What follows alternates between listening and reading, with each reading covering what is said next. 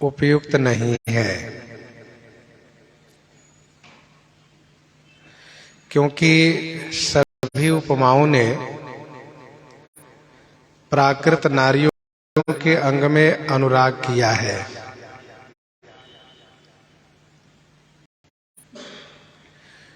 एक अलग से उपमा गोस्वामी जी तैयार किए। वह उपमा कौन सी? तो कहा, सुंदरता और सुख के मूल श्री लक्ष्मी जी को उत्पन्न किया, परंतु उस उपमा को देने में भी कवि को संकोच हुआ।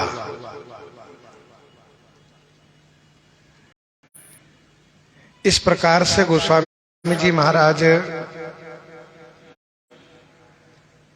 श्री सीता जी की महिमा बखान किए। सखियां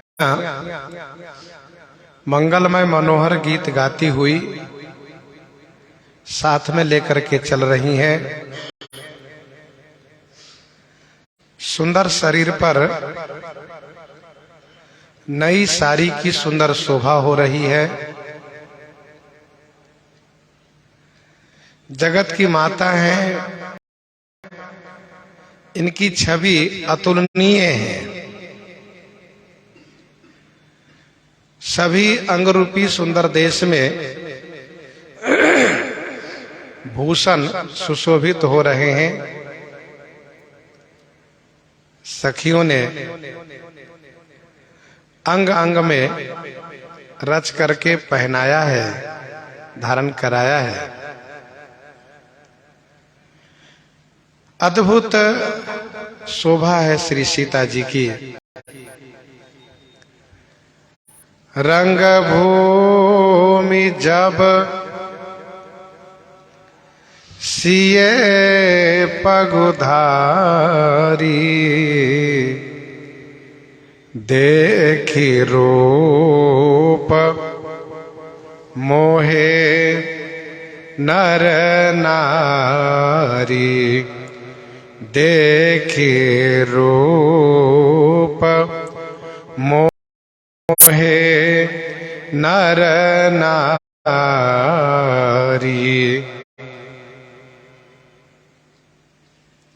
रंग भूमि जब सिए पगुधारी, देख रूप मोहे नर नारी। जब रंग भूमि में श्री सीता जी ने अपना पांव रखा, श्री सीता जी का पदार्पण हुआ, तो रूप देख करके सभी नर नारी मोह में पड़ गए, विमोहित हो गए।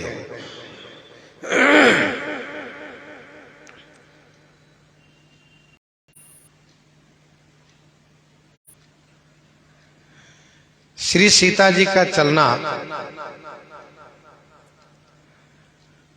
पूर्व दोहे से ही वर्णन किया जा रहा है।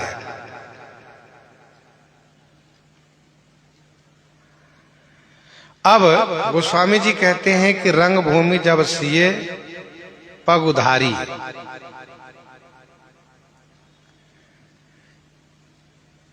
पगुधारी का मतलब यह हुआ कि उन्होंने अपना चरण रखा।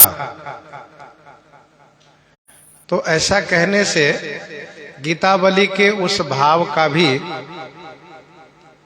अनुमोदन होता है जो गीतावली में वर्णन है कि श्री सीता जी को पालकी में लाया गया है।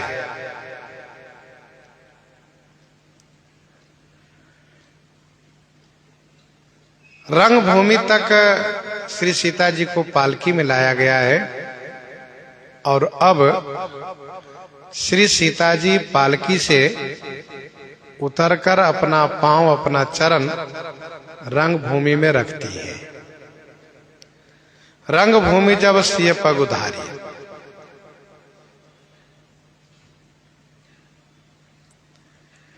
अथवा तो यदि पालकी की चर्चा हम ना करें तो फिर यह है कि अब रंगभूमि में उनका पदार्पण हुआ। अब तक महल से आ रही थी, लेकिन पालकी वाली बात बहुत अच्छी लगती है। श्री राजकिशोरी जनक नंदिनी जी को पालकी में बैठा करके रंगभूमि तक लाया गया है।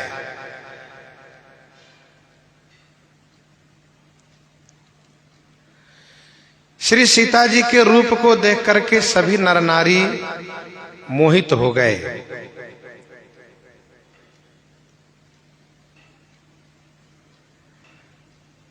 कुछ लोगों ने यह प्रश्न किया कि उत्तरकांड में गोस्वामी जी ने यह कहा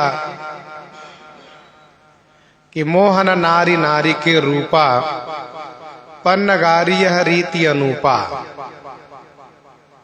नारी नारी के रूप पर मोहित नहीं होती हैं। और यहां पर गोस्वामी जी ने कहा कि देख रूप मोहे नर नारी।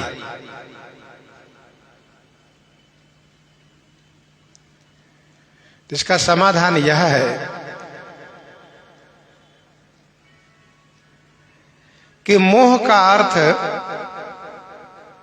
अलग अलग तरीके से पाया जाता है।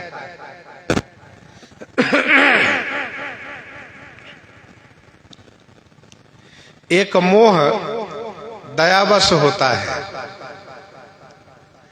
जैसे कि श्री जड़ भरत जी को उस हिरण शावक पर मोह हो गया था, तो वह मोह दयावश है। और एक मोह, दूसरा मोह वो होता है कि सौंदर्य को देख करके, सौंदर्य को देख करके मोह होता है। जैसे कि विश्व मोहिनी के बारे में गोस्वामी जी ने कहा कि विश्व मोहनी तासु कुमारी श्री विमोह जिसु रूप निहारी। विश्व मोहनी तासु कुमारी श्री विमोह जिसु रूप निहारी। ये रूप की अधिकता पर मोह है।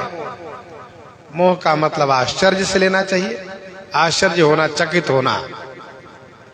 विश्व मोहिनी का ऐसा सौंदर्य है, ऐसा रूप है कि श्री लक्ष्मी जी भी विमोहित हो रही है। तो यह रूप की अधिकता में मोह है। उस हिरण शावक पर जो श्री जड़ भरत जी का मोह है, वह दयावश मोह है। और समाज में ये दोनों मोह पाया जाता है। किसी को भी किसी पर दयावश मोह हो जाता है और उसके लिए वे यही कहते कि बेचारा है, इस पर दया करनी चाहिए। और सौंदर्य की अधिकता पर भी मोह होता है। करे वाह, गजब का सौंदर्य है, गजब का स्वरूप है। और तीसरा मोह होता है वासनात्मक, काम भाव से मोह होता है। युवक के युवती पर, युवती के युवक पर जो मोह होता है वह काम भाव से होता है। उत्तरकांड में जो चौपाई है वहां काम भाव की बात कही गई है। मोहन नारी नारी के रूपा पन्नगारी यह रीति अनूपा। यह अनुपम रीति है कि नारी के रूप पर नारी काम भाव से मोहित नहीं होती है। और उसके ऊपर दोहे में ये कहा गया है, सो मुनि ज्ञान निधान मृग नयने विधु मुख निरखी। विवश होई हरिजान नारी विष्णु माया प्रगट।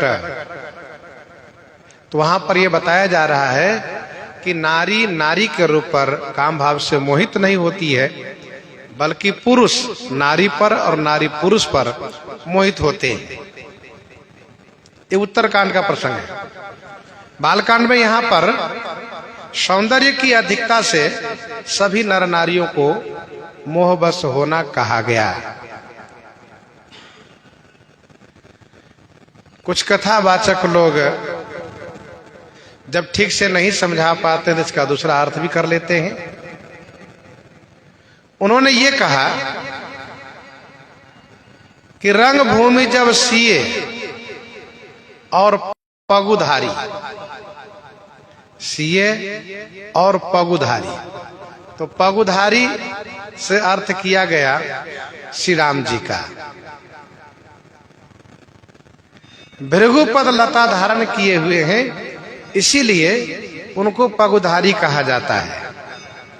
तो श्री सीता जी और श्री राम जी जब रंगभूमि में दोनों विराजित हुए, उपस्थित हुए, तो उनके रूप देख करके नर नारी मोहित हो गए।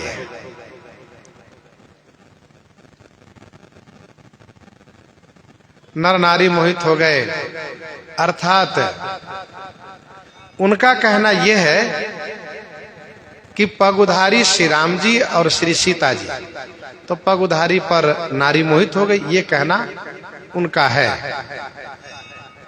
लेकिन जब मोह का अर्थ हम ठीक से समझ लेते हैं कि मोह होता है कैसे कैसे, कहां कहां, तब फिर मन में यह प्रश्न ही नहीं रह जाता है, यह शंका ही नहीं रह जाती है। रंग भूमि जब सिए पगुधारी,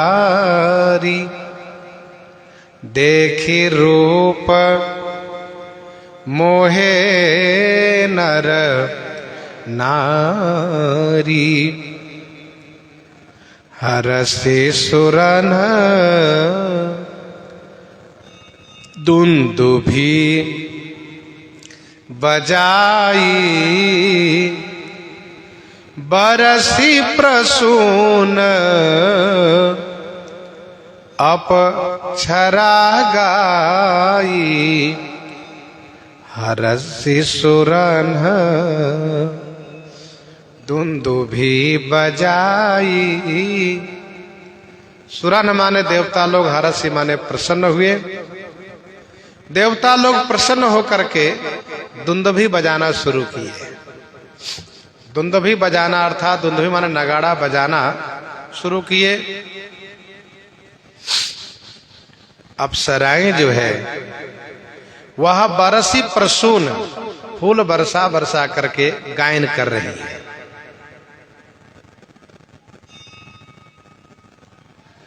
भगवान श्री राम जी जब रंगभूमि में आए तब देखे सुरनभ चढ़े विमाना। ये देवता लोग आकाश में विमानारूढ़ हैं और बरसें सुमन करहि कल गाना। देखें सुरनभ चढ़े विमाना, बरसें सुमन करहि कल गाना। तब देवता लोग गायन कर रहे थे और फूल बरसा रहे थे। अब श्री सीता जी रंगभूमि में आई हैं, तो अब देवता लोग दुंदुभी बजा रहे हैं और अप्सराएं फूल बरसा करके गायन कर रही हैं। वैसे श्री राम जी के आगमन पर भी देवियों का, अप्सराओं का गायन अर्थ मान सकते हैं, परंतु इस समय में तो विशेष करके अप्सराएं सब गीत गा रही हैं। हाँ, तब देवता लोग फूल बरसा रहे थे, परंतु अब देवता फूल नहीं बरसाते हैं, क्योंकि श्री किशोरी जी का आगमन हो गया है और किशोरी जी पर पुष्प वृष्टि ये देवियां अप्सराएं ही कर सकती है, देवता नहीं। इसलिए कहा कि बरसी प्रसून अपक्षरा गाई, फूल बरसा बरसा करके मंगल गीत गा रही हैं अप्सराएं। पानी सरोज सोह जयमाला, पानी सरोज सोह जय माला अवचट चितये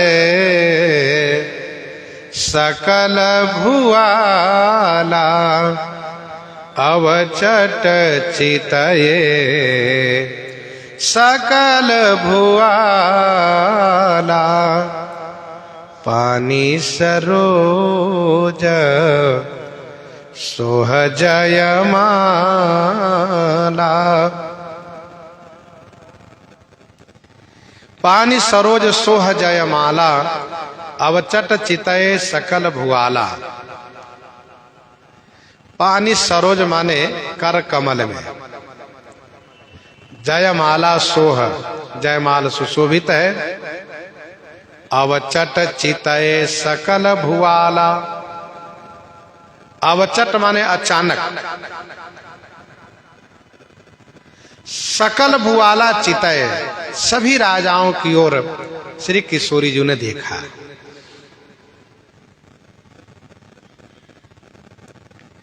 अवचट माने अचानक,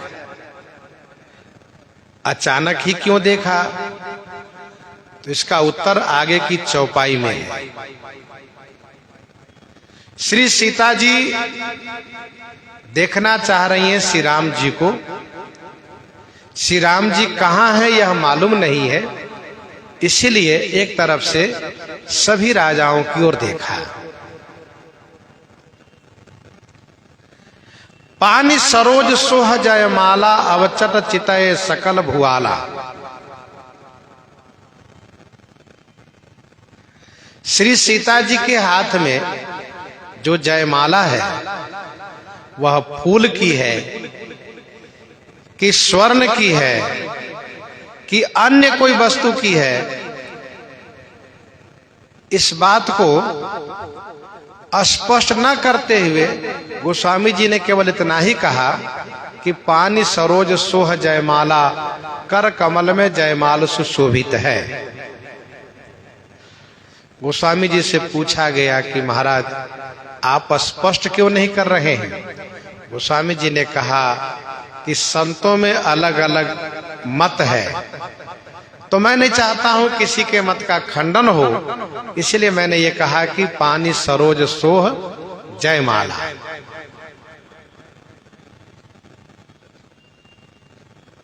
फिर भी यदि वो ये पूछे कि बाबा ये बताइए कि वह माला किसकी है, फूल की है कि सोने की है, तो मैं तो यही कहूंगा कि कमल की माला है वह। इसीलिए गोस्वामी जी ने शब्द रखा कर सरोज। अब कर सरोज से तो अर्थ होगा कर कमल में, और जब हम इस सरोज को देहली दीपक न्याय से अर्थ लगाएंगे तब अर्थ होगा कर सरोज में सरोज की जयमाला सुशोभित है। कर सरोज में सरोज की माला, सरोज की जयमाला सुशोभित है।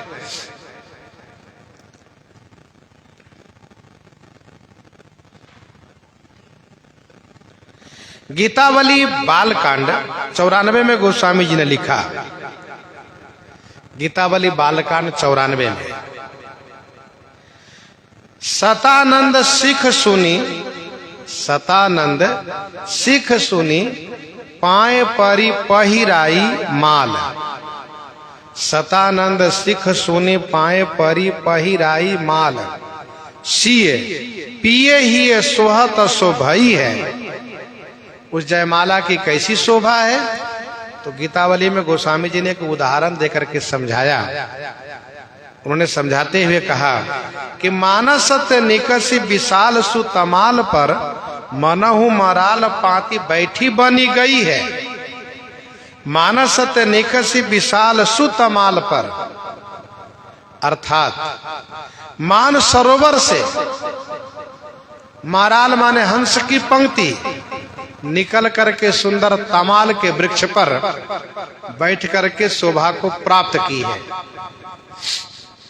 तो मानसरोवर से हंसों की पंक्ति निकल करके तमाल के वृक्ष पर बैठ करके शोभा को प्राप्त की है। तमाल के वृक्षवत श्री राघव जी हैं और यह जो माराल की पंक्ति है यह जयमाला है। और माराल हंस धवल वर्ण का होता है। इसका मतलब यह हुआ कि श्वेत रंग के कमल फूल की जयमाला है। श्रीमद् भागवत जी में ऐसा वर्णन है कि जब श्री लक्ष्मी जी समुद्र से प्रकट हुई हैं तो हाथ में सुंदर सफेद कमल फूल की माला लेकर ही प्रकट हुई है। सफेद कमल फूल की माला। श्री केशव कवि जी ने कहा कि सीता जी रघुनाथ जी के अमल कमल की माल पहिराई जनु सबनी कई हृदयावली भूपाल। तो केशव जी ने भी कमल फूल की चर्चा की है। सीता जी रघुनाथ के अमल कमल की माल पहिराई जनु सबनी कई हृदयावली भूपाल। यह श्री रामचंद्रिका में वर्णन है।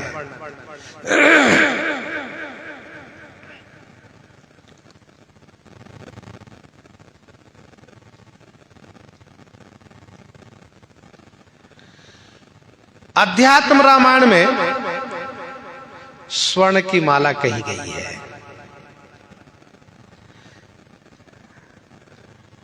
सीता स्वर्णमयीं माला गृहीत्वा दक्षिणे करे।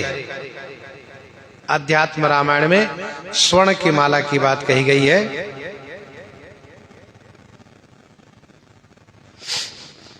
जानकी मंगल 122 में गोस्वामी जी ने कहा कि लसत ललित कर कमल माल पहिरावत। लसत ललित कर कमल माल पहिरावत। काम फंद जनु चंद ही बनज फंदावत। इस प्रकार से वर्णन है।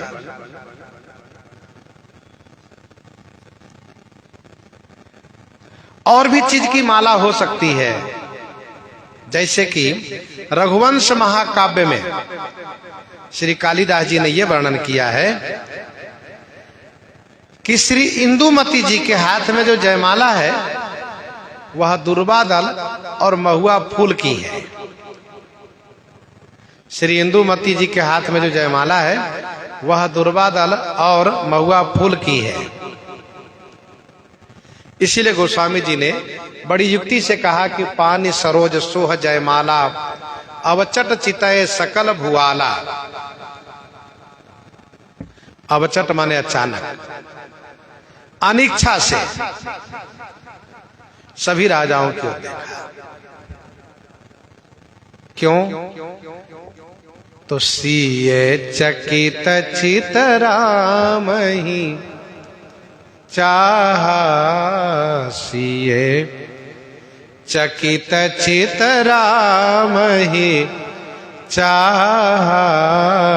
भय मोह बस सब नर नाहा। भय मोह बस सब नर नाहा। सिय चकित चित राम ही चाहा। भय मोह बस सब नर नाहा। सिय माने श्री सीता जी चकित चित से, चौकन्ने चित से राम ही चाहा। राम ही श्री राम जी को चाहा माने देखना चाहती हैं, देख रही हैं, ढूंढ रही हैं। लेकिन सब नर नाहा मोह बस भय। सभी राजा लोग मोह के बस हो गए। अब यहां पर जो मोहबस है ये अलग मोहबस है। ये राजा लोग मोहबस हो गए इस भाव से कि मेरी ओर देख रही है।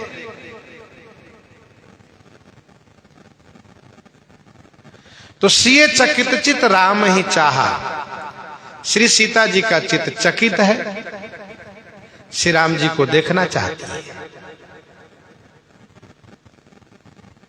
किशोरी जी ने पुष्प वाटिका में ये सुना सखियों से कि मुनि के साथ में राजकुमार जी आए हैं। सुने जे मुनि संग आए काली, और मुनि महात्मा लोग स्वयंवर में क्यों आना चाहेंगे? यह स्वयंवर तो राजाओं के लिए है, और यदि मुनि नहीं आए हैं तो फिर राजकुमार जी भी नहीं आए होंगे। ऐसा भी तो हो सकता है कि मुनि ना आए हो, राजकुमार जी आए हो, और यह भी हो सकता है कि राजकुमार जी के कारण मुनि भी आए हो। तो श्री सीता जी को किसी ने कहा तो नहीं है कि महामुनि विश्वामित्र जी महाराज अपने शिष्यों के साथ राजकुमार जी के साथ रंगभूमि में विराजित हैं? किसी ने कहा नहीं है। तो श्री सीता जी श्री राम जी को ढूंढ रही है। चाहा का अर्थ होता है देखना।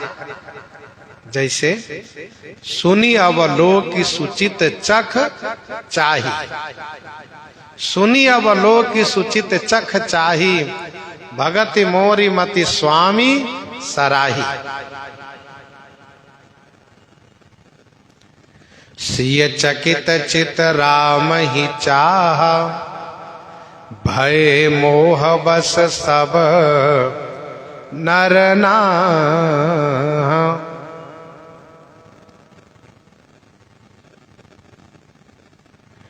श्री सीता जी का चित्त चकित है।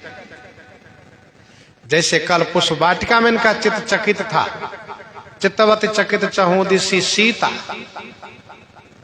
कहां गए नृप किशोर मन चिंता। वैसे यहां चित्त चकित है। मुनि समीप देखे दो भाई, लगे ललकी लो चन निधि पाई। मुनि समीप देखे दो भाई,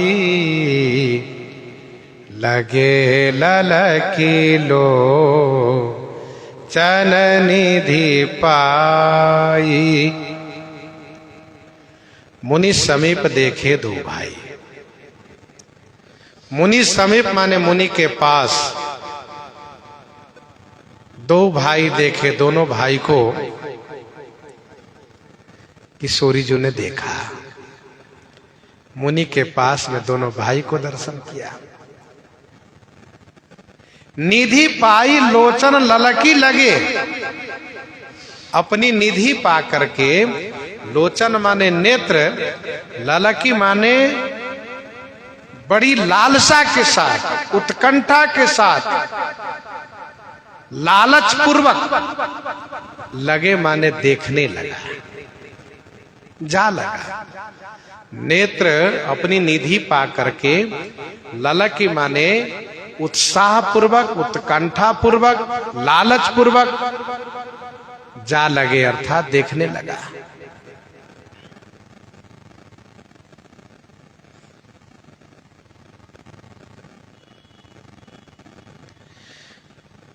पुष्प वाटिका में जब श्री किशोरी जी ने दर्शन किया, तब गोस्वामी जी ने यह कहा कि देख रूप लोचन ललचाने, हर से जनु निज निधि पहचाने।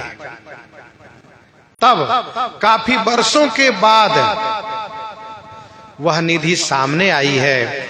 इसीलिए गोस्वामी जी ने वहां पर लिखा कि निज निधि पहचाने। किशोरी जी ने पहचाना कि यह अपनी निधि है, मेरी निधि है। अभी 24 घंटे से कुछ ऊपर हुए हैं, ज्यादा समय नहीं बीता है, लेकिन प्रेम की अधिकता के कारण मानो निज निधि खो गई थी, अब वह निधि पुनः प्राप्त हो गई। लगे ललकी लोचन निधि पाई, इसलिए कहा यहां पर पाई। कल के प्रसंग में पहचानना कहा और यहां कहा पाना, अर्थात वह निधि गई कहां है, और जब मिल गई तो नेत्र खुश हो गया कि निधि मिल गई, और लालच पूर्वक उत्कंठा पूर्वक वह नेत्र जा लगा, अवलोकन करने लगा। मुनि समीप। अच्छा, गोस्वामी जी महाराज किसी मुनि के भाव को खंडन नहीं करना चाहते हैं। कुछ मुनियों ने कहा कि श्री विश्वामित्र जी के दाएं बाएं ओर बैठे हैं दोनों भाई। कुछ मुनि ने यह कहा कि महर्षि विश्वामित्र जी के सामने दोनों भाई बैठे, पीछे महामुनि है, सामने दोनों भाई है। किसी ने कहा नहीं नहीं, एक ही तरफ दोनों भाई है, एक तरफ महामुनि है।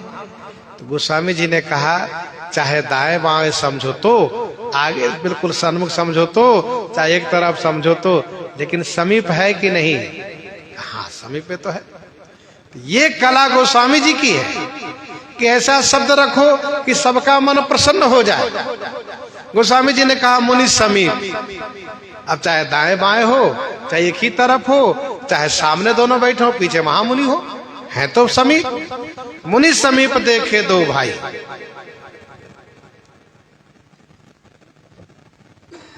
जानकी मंगल में गोस्वामी जी ने अपना भाव स्पष्ट किया है, संभवतः 60 में।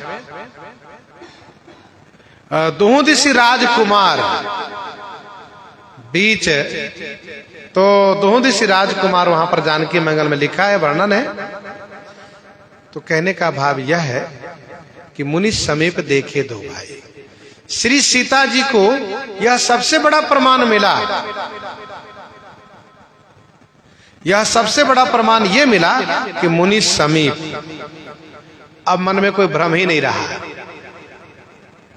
कि राजकुमार और कोई है, क्योंकि महामुनि के साथ आए हैं और महामुनि के साथ बैठे हैं। मुनि समीप देखे दो भाई। लगे ललकी लोचन निधि पाई। ललकी माने लालच पूर्वक, उत्कंठा पूर्वक नेत्र जा लगा, लालचाया हुआ नेत्र जा लगा, अर्थात दर्शन के लिए लालची यह नेत्र है। श्री सीता जी का नेत्र श्री राम जी के रूप में अनुरक्त हुआ, श्री सीता जी देखने लगी। फिर आगे क्या हुआ? गोस्वामी जी कहते हैं गुरुजन लाज समाज बड़ा देखी सिए सकुचानी। गुरुजन लाज समाज बड़ा देखी सिए सकुचानी। लागी बिलोकन सखिन तन रघुबीर ही उर आनी। रघुबीर ही उर आनी। गुरुजन लाज समाज बड़ा देख सिए सकुचारी।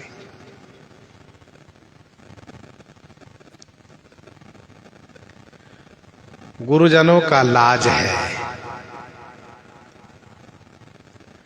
और बहुत बड़े समाज का संकोच है।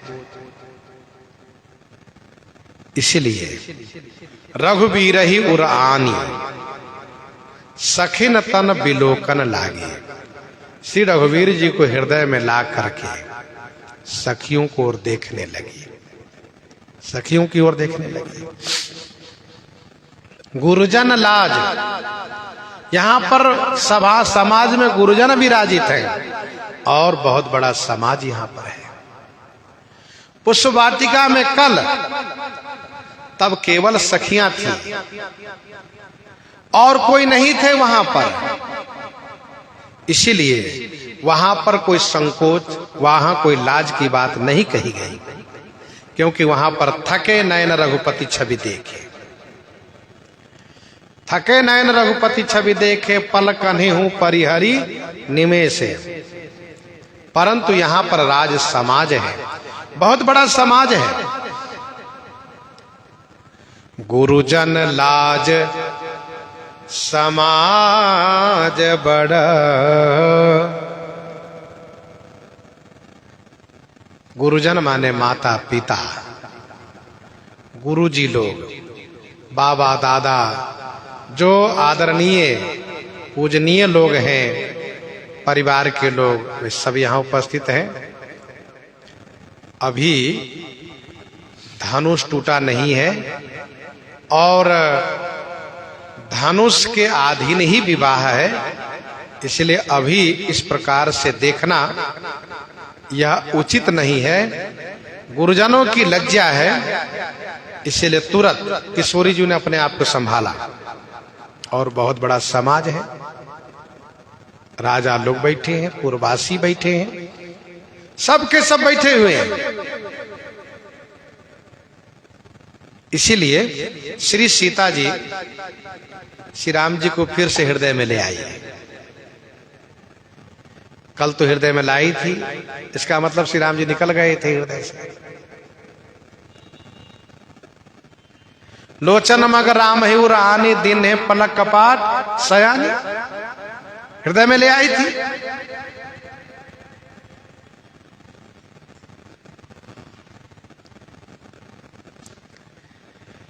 श्री राम जी को श्री सीता जी हृदय में तो ले आती है, लेकिन जब धनुष को याद करती हैं तो मन घबराने लगता है।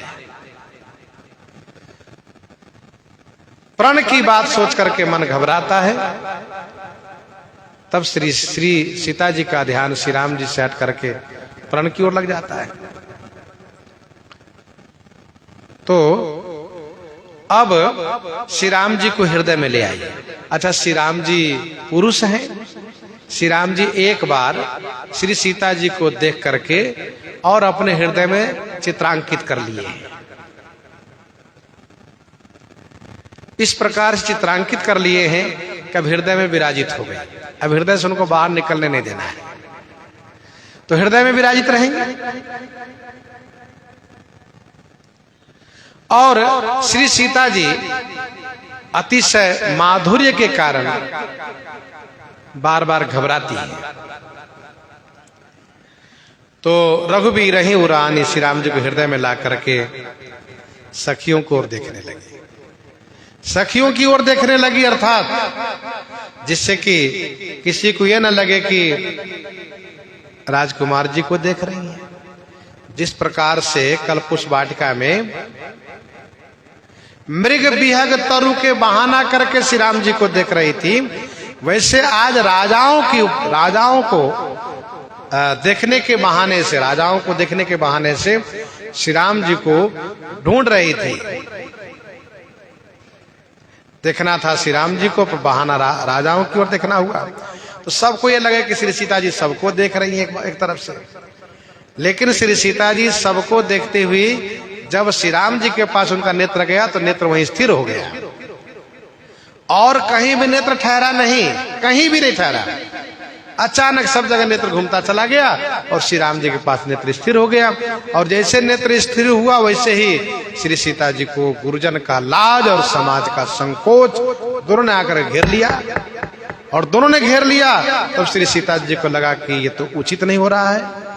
गुरुजन क्या सोचेंगे, समाज क्या सोचेगा, और यह होना चाहिए। गुरुजनों की लाज, समाज का संकोच होना ही चाहिए। इसलिए श्री सीता जी श्री राम जी को हृदय में ला करके और सखियों को देखने लगी।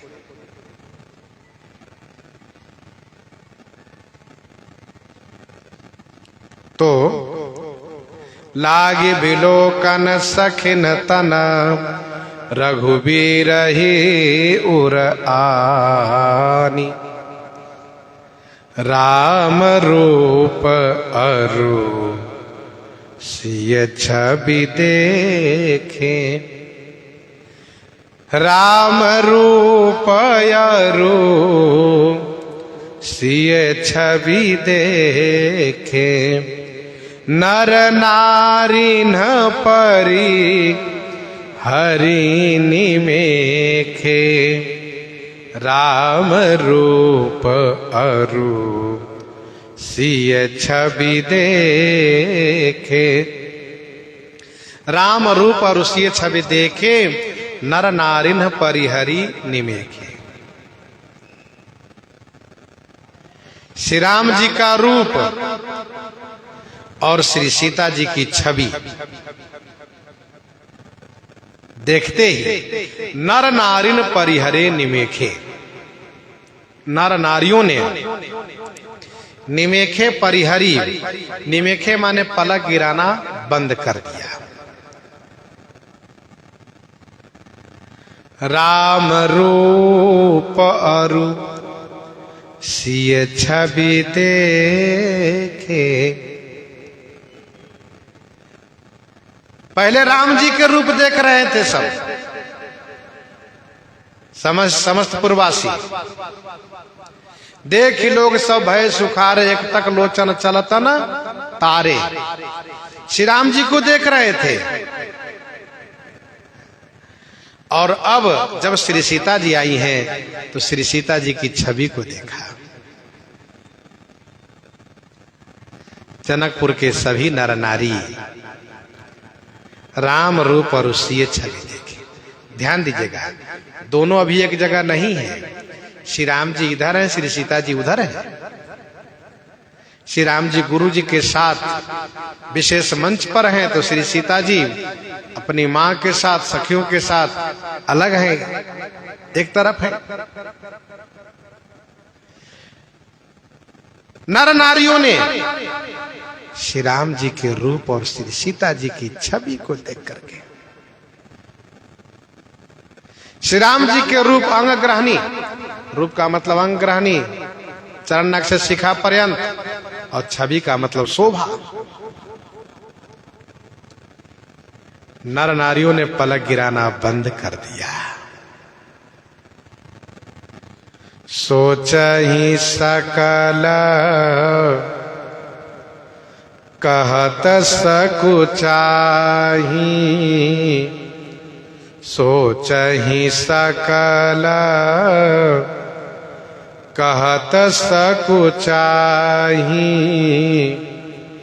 विधि सन विनय करहि मन माही। विधि सन विनय करहि मन माही।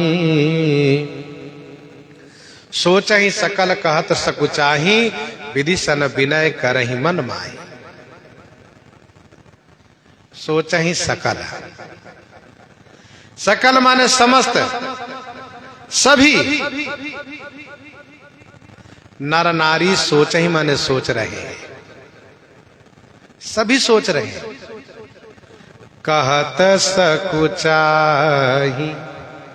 कहने में सकुचा रहे हैं, कहने में संकोच कर रहे हैं।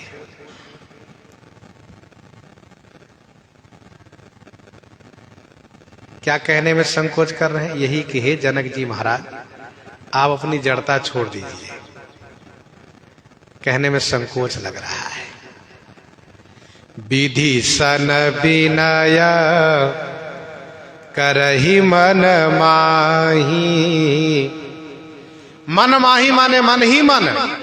विधि श्री ब्रह्मा जी से विनय कर रहे हैं। सोच ही सकल कर्म कहत सकुचाही वचन, और विदिशन विनय करहि मन माही मन। मन वचन कर्म तीनों सबके लगे। मन ही मन ब्रह्मा जी से कह रहे हैं। क्यों? क्योंकि ब्रह्मा जी विधि है। विधान करता है, विधान बनाने वाले हैं। तुम समपुरुष नमो समनारी, यह संजोग विधि रचा विचारी, सुपनखा कहती है।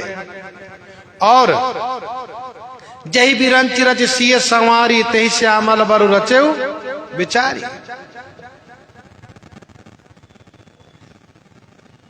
तो विधि ब्रह्मा जी विधान करता है, विधान बना दे, क्योंकि श्री राम जी श्री सीता जी के योग्य वर हैं और श्री सीता जी श्री राम जी के योग्य दुल्हन है।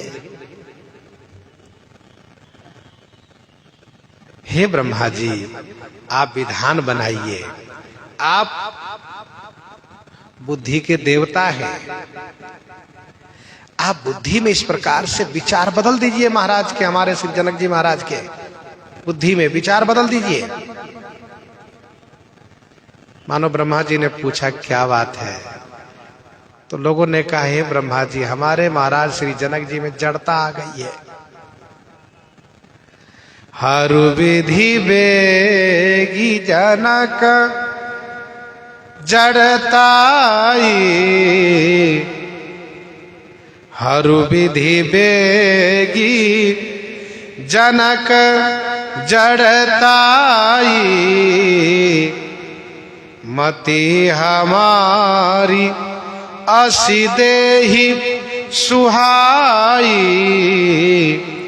मति हमारी असी देहि सुहाई।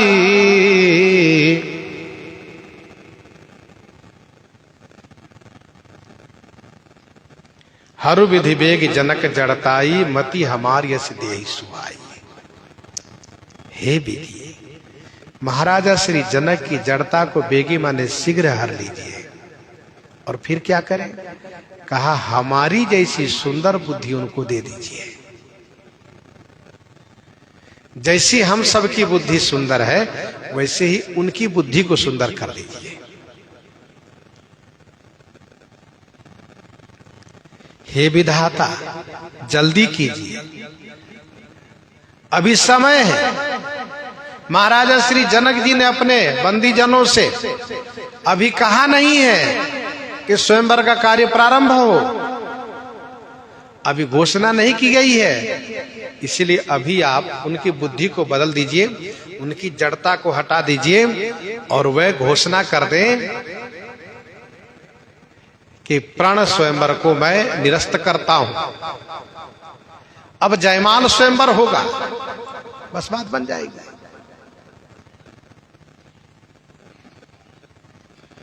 अथवा महाराज घोषणा कर दें कि हमने प्रण किया था योग्य वर पाने के लिए, सो योग्य वर मेरी पुत्री के लिए योग्य वर हमें प्राप्त हो चुका है, इसलिए हम ये प्रण वापस लेते हैं। आप सब ससम्मान अपने अपने घर को जा सकते हैं। अथवा जो न जाना चाहे वे विवाह में सम्मिलित हो सकते हैं। तो मति हमारी ऐसी देह सुहाई। हरु विधि बेग जनक जड़ताई, आप शीघ्र इनकी बुद्धि की जड़ता को हरिए। अभी प्रतिज्ञा की घोषणा नहीं की गई है। जड़ता क्या है? यही है कि मैंने जो प्रतिज्ञा की है, उस प्रतिज्ञा को पूरी करने वाले के साथ ही मैं अपनी बेटी का विवाह करूंगा। ये जड़ता है। किशोरी जी भी कहती हैं, आहा तात दारुण हठ ठानी, समुझत नहीं कछु लाभन हानि। आहा तात दारुण हठ ठानी, समुझत नहीं कछु लाभन हानि। ये हठ है, ये जड़ता है। हमारी जैसी सुंदर बुद्धि दे दीजिए। आपकी बुद्धि सुंदर कैसी है? कहा हमारी सुंदर बुद्धि ये है कि जब योग्य वर मिल जाए तो प्रण के पीछे नहीं पड़ना चाहिए और प्रण छोड़ देना चाहिए। बिनु विचार पन तजी नर नाहु, बिनु विचारीपन तजी नर नाहु, सिय राम कर करई विबाहु, सिय राम कर करई विबाहु, बिनु विचार पन तजी नर नाहु,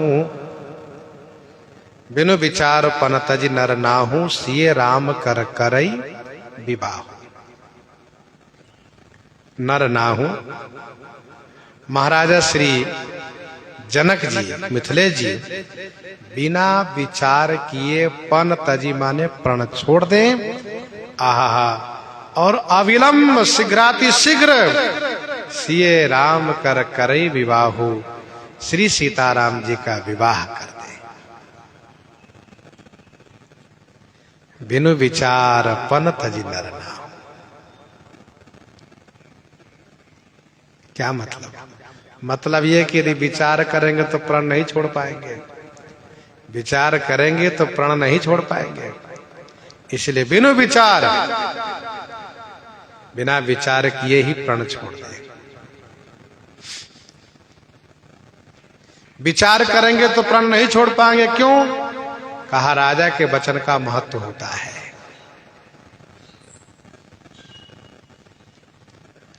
और लोग कुछ बोलता हो तो उनकी बोली का उतना महत्व नहीं होता है जितना कि राजा की बोली का महत्व होता है। इसीलिए आज भी बड़े पद पर प्रतिष्ठित, खास करके राज्य पद पर प्रतिष्ठित राजा लोग, चाहे वो मुख्यमंत्री हो, प्रधानमंत्री हो, विशेष अधिकारी हो, उनके शब्द का महत्व होता है, उनकी वाणी का महत्व होता है।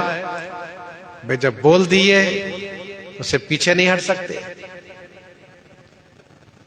पीछे नहीं हटने में भी उनकी गरिमा में ठेस पहुंचेगा। जानकी मंगल 74 में गोस्वामी जी ने लिखा, निरपन सोह बिनु बचन नाक बिनु भूषण। राजा की शोभा बिना वचन के नहीं है। यदि राजा के वचन का कोई ठिकाना न रहे तो राजा की कोई शोभा ही नहीं। लोग कहेंगे देखो ये तो बिना पेदी के लोटा है, जिधर चाहे उधर लुढ़क जाए। इसीलिए राजा के वचन का महत्व होता है, बहुत सोच समझ के उनको बोलना रहता है।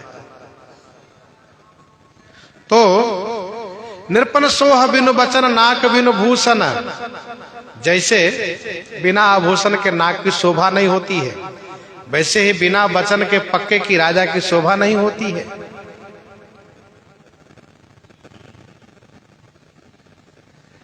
इसलिए जनकपुर वासियों की कामना है, ब्रह्मा जी से प्रार्थना है कि बिनु विचार पन तजी नर नाहु, सिय राम कर करई विबाहु।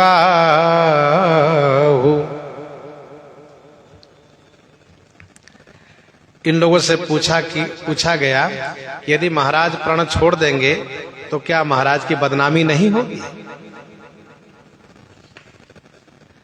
इन लोगों ने कहा नहीं। क्यों? कहा कि जब हम सब चाहते हैं, हम सब जनमत इसी पक्ष में हैं, तो फिर महाराज की बदनामी कौन करेगा? उनकी कोई बुराई नहीं करेगा। जग भल कहही, जग भल कहही, भाव सब काहू। और यदि अपने प्रण में ही डटे रह गए तो हठ कीन्हे अंत तहु उरदाहु हठ कीन्हे अंतहु उरदाहु जग भल कही भाव सब काहू। जग भल कही, जगत भल कही माने भला कहेगा। जगत भला कहेगा, बुरा कोई नहीं कहेगा, क्योंकि सब काहू भाव, सब किसी का भाव है कि श्री महाराज प्राण छोड़ करके श्री सीता जी का विवाह श्री राम जी से कर दें। हठ किन्हें अंतहुर दाह, यदि हठ किए रहेंगे तो आखिरी में उनको दाह होगा, जलन होगी। कब? जब धनुष किसी से नहीं टूटेगा तो उनको जलन होगी। अथवा कोई अयोग्य व्यक्ति धनुष तोड़ दिया तो भी संताप होगा। इसलिए धनुष के लिए हठ नहीं करना चाहिए। और वैसे भी व्यवहारिक जगत में हठ दुखद ही होता है। जब हठ करहु प्रेम बस बामा तो तुम दुख पाओ परिणामा। हठ बस सब संकट सहे गालव नहुक नरेश। हठ बस सब संकट सहे गालव नहुष नरेश।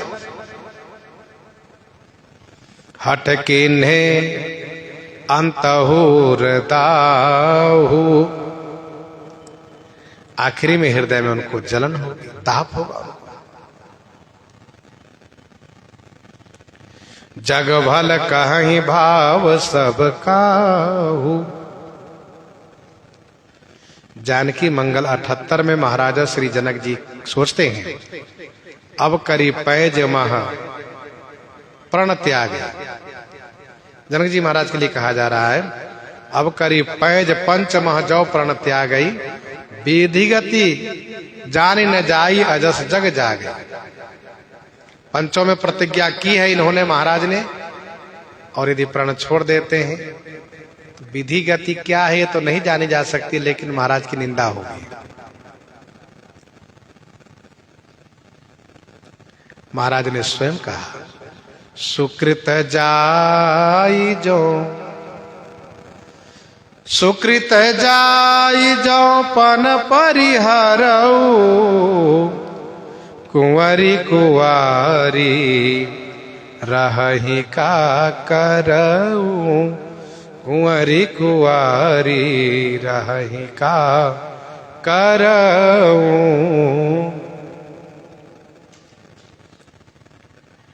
तो हठ किन्हें अंतहुर दाह। गोस्वामी जी महाराज कहते हैं, यही लालसा मगन सब लोगू। यही लालसा मगन सब लोगू। बरसावरो जानकी जोगू। बरसावरो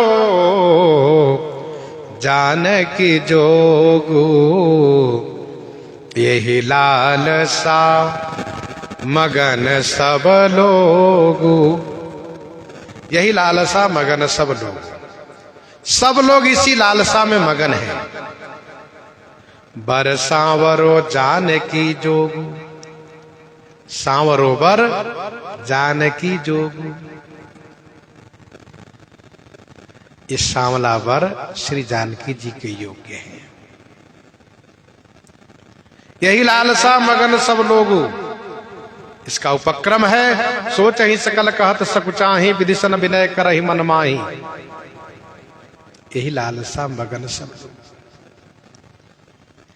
महाराज श्री जनक जी प्रण छोड़ते, श्री सीता जी को श्री राम जी के साथ विवाह कर दे। यदि हठ किए रहेंगे तो आखिर में उनको बहुत पछताना पड़ेगा। बर सांवरो जानकी जोगू। देखी राम छवि को यक कहि, जोग जान की यह बर अहि। तो ये सांवला वर श्री जानकी जी के योग है।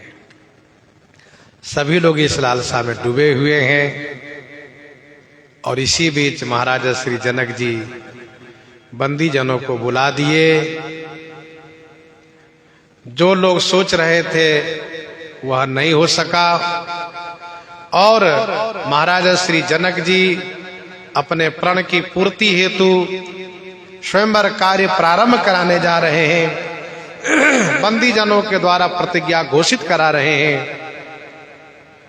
तो जो प्रतिज्ञा घोषित की जाती है और फिर राजा लोग जिस प्रकार से धनुष तोड़ने के लिए आगे बढ़ते हैं, श्रवण आगे करेंगे। प्रसंग को यहीं पर हृदयंगम करते हुए आइए श्रवण करते हैं श्री भक्तमाल जी से।